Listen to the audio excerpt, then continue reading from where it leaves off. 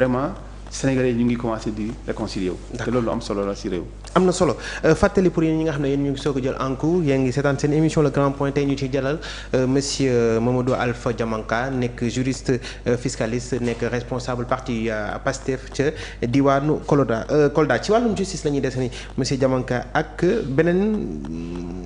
beneen dossier bu jur coow mooy dossier ki nga xam ne moom moo di Farba Ngom diggante démb ak tey gis nañ ne ay avocat ak yenn mbokkam yi sax nee nañ ay mbokkam jot nañ dajale tollu ci 1,60 et quelques 600 et quelques milliards yoo xam ne dañ ko bëgg a dolli ci caution ñu ne jamono ji nag la nga xam ne jot na koo dajale ci caution toll na ci 44 milliards yoo xamante ne moom Farba moom la bëgg a teg sur la table mu di xaalis ak aussi li nga xam ne ce sont des biens lu ci mel ne ay terrain ak ay oto yow nan nga jàpp ne jamono ji fii dossier bi toll nan la justice wala tëddee ci côté Farba parce que ñenn ñi nga xam ne ñoo ànd ak moom dañ cee gis yoonu politique moo tax ba léegi Farba mën a am li nga xam ne mën a liberté provisoire. waaw bon xam nga ni ñooñu c'est normal ñu xëy na peut-être ñoom ñu jàppee ni que affaire politique la parce que ñoom dañoo ànd ak xëy na peut-être ki ngay tudd noonu mais li ma la mën a wax rek mooy que. xam nga justice moom du doxee politique daal buy poser acte du acte politique lay poser affaire Farba bi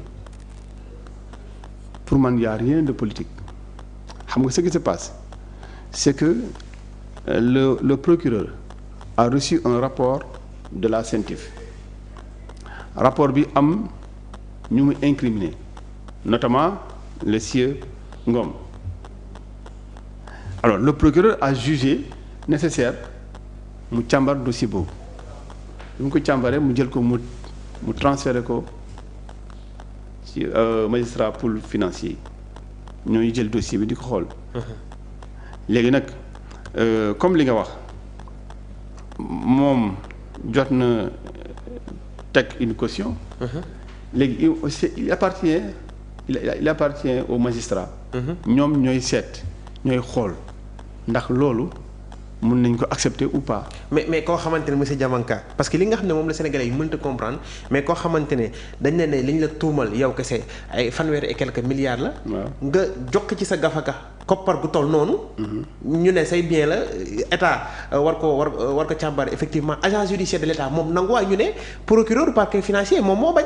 waaw mais moom laa la wax xam nga du parce que da nga indi caution que le procureur moom dafa war a nangu loolu magistrat bi déedéet.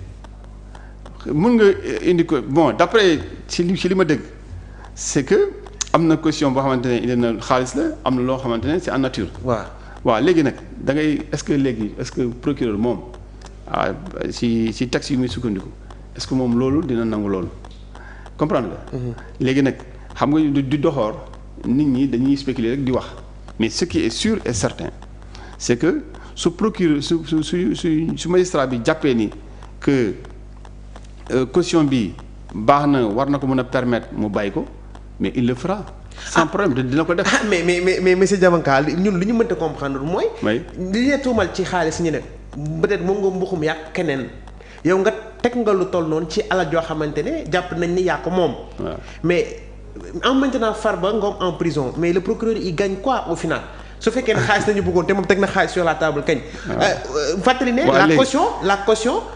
n'annule pas la poursuite des enquêtes aussi. du dossier bi day wéy ci wàllum yoon. suñ demee procès suñ ko jugé ne moom moo def ñu teg caution bi daan ko li ñu koy daan su nekkee kii wuñ ko def ñu ko dañ koy delloo xaalisam. mais tey li ñu mën a comprendre mooy pourquoi le procureur insiste à maintenir monsieur Farba Ngom en prison malgré cette forte somme. waaw en fait la question est un peu mal posée c'est-à-dire que. xam nga boo nee pourquoi le procureur insiste à maintenir Farba dans les liens de détention xam nga bon loolu man dama koy reformuler autrement. c'est-à-dire xam nga le procureur moom amul benn obligation bi ko loi teg. pour que bu Farba defee caution bi rek. daf ko war a accepter. xam nga loolu déjà suñu déggoo ci loolu rek. kon doo gis doo gis loolu li ngay wax c'est-à-dire le fait que. doo déggoon ne ci man li nga wax ni comprendre nga. xam nga ci parce que affaire droit la mën nga ñëw teg sa caution procureur xool sa caution oui caution ñëw na mais man je demande à ce que ñu maintenir ko. xam nga le fait que ñu teg la mandat de dépôt ñu téye la pour nga génn foofu du forcément le dépôt d'une caution moo la fay génnee. est-ce que comprendre nga. waaw donc loolu procureur mooy xool ndax toutes les garanties ont été servies. pour que mu décider ni que diw mi war nañ ko mën a bàyyi. après ñu continuer l'enquête loolu ñoom mën nañ ko def mais dans le cas précis là. procureur bu pôle judiciaire financier. dafa jàpp ni pour le moment ki ngay tudd noonu dañ ko war a maintenir. dans le cas toujours du mandat de dépôt dañ ko war a téye. mais moom laa la laaj ma ne ko léegi téye boobu noonu. mais procureur lan la ci jublu réellement. mais procureur lu mu ci jubul. waaw parce que xam nañ ne. soo ko may caution mais bàyyi Farba Ngom may ko bàyyi bu ndëng di ko aussi gëm nañ ne du ko yàqal dara ci yoon ci tolluwaay bi nga xam ne état de santé am toll na ko isam parce que ay avocat am wax junn nañ loolu ne. moom état de santé am. dafa dégradant. waaw mais dama lay rappeler bi nag xam nga procureur aussi ay nit lañu comme ñun ah. ça c'est vrai. c'est des humains ils ont des sentiments ils comprennent. donc on ne faut pas qu'on pense que ñun ñoo ëpp yërmande procureur non ça ne se passe pas comme ça c'est des gens comme nous. ñoo xamante ne ñoo defandoo même les mêmes formations peut-être. xamante nañu ñoo bokk ay kër tout ça. li wër ba wër mooy procureur du parce que affaire yu yaa ma neex comme ça rek damay téye diw bàyyi ko en prison comme ça di non du loolu. su ko defee rek am na li tax mu def ko léegi nag bon ñun xamuñu exactement. li tax procureur moom maintenir le fait que dafa war a nekk toujours en lien de détention. loolu ñun xamuñu ko bon on ne peut pas aujourd'hui dire que voilà c'est parce que il veut simplement comme les partisans du sieur Ngom le disent que dafa bëgg a maintenir seen mbokk seen xarit en prison loolu tax mu def ko. parce que ñoom ci synthèse mooy lépp.